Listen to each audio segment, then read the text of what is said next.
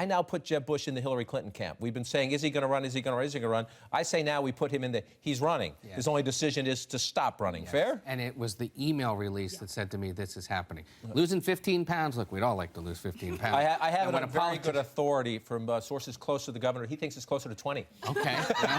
Good for him. Good for him. Stay away from the carbs. But the email release is key because now it allows us all to go in and preemptively almost look at things, find any skeletons, and he must be confident that there's nothing there and that he has something to prove by releasing all of them. Yeah, and this puts pressure on Hillary Clinton, too. There's been this big back and forth with news organizations trying to get the State Department to release documents from her tenure there. So far, it's been an unsuccessful fight, mainly waged by the AP, making these FOIA requests. So some pressure there for her to be transparent and release those documents. And he's picking this fight, and you're dead right. He's picking a fight not with Republicans in this, to a degree, saying any Republicans out there, release yours too. But this is going direct at Hillary Clinton.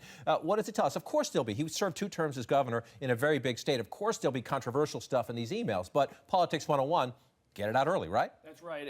2 things immediately taken away from this Jeb Bush news. One, he's sending a signal to Governor Christie in New Jersey. As you deal with your bridge episode and all these questions about disclosure in your office, I'm disclosing everything. And I'm going to put it all out there. 2, the other part of the news here is Jeb Bush is going to release an e-book. And that's exactly how I think Governor Bush wants to run this campaign. Mike Murphy, his chief advisor, wants him to be, as he calls it, disruptive if he runs. And that means being on the web in a savvy way, publishing e-books, being out there on policy. This, to me, is Jeb Bush gearing up. And that's been a big question for Jeb Bush, who hasn't run in more than a decade. Can he adapt his personal style? We know he's a policy guy. We know he also has some fights with his own base over immigration, over education, maybe other issues. But can he adapt his ways to the new world of politics? Well, absolutely. I think this was an attempt to sort of draw a contrast with the rest of the field, both as you point out, Clinton, but also Christie, and show that not only does he not have anything to hide, but he wants to put forward some big ideas. I think it was BHAGs. They used the acronym Big, Hairy, Audacious Goals.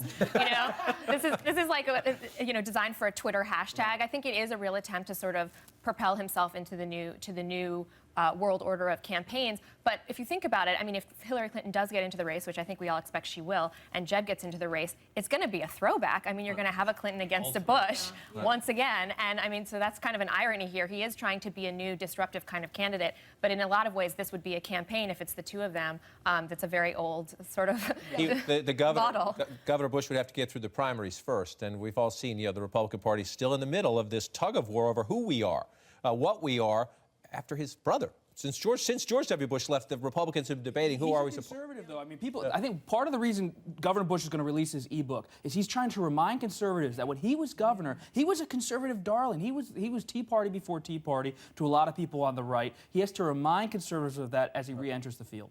And he also did relatively well with African-American voters and with Latino voters as well.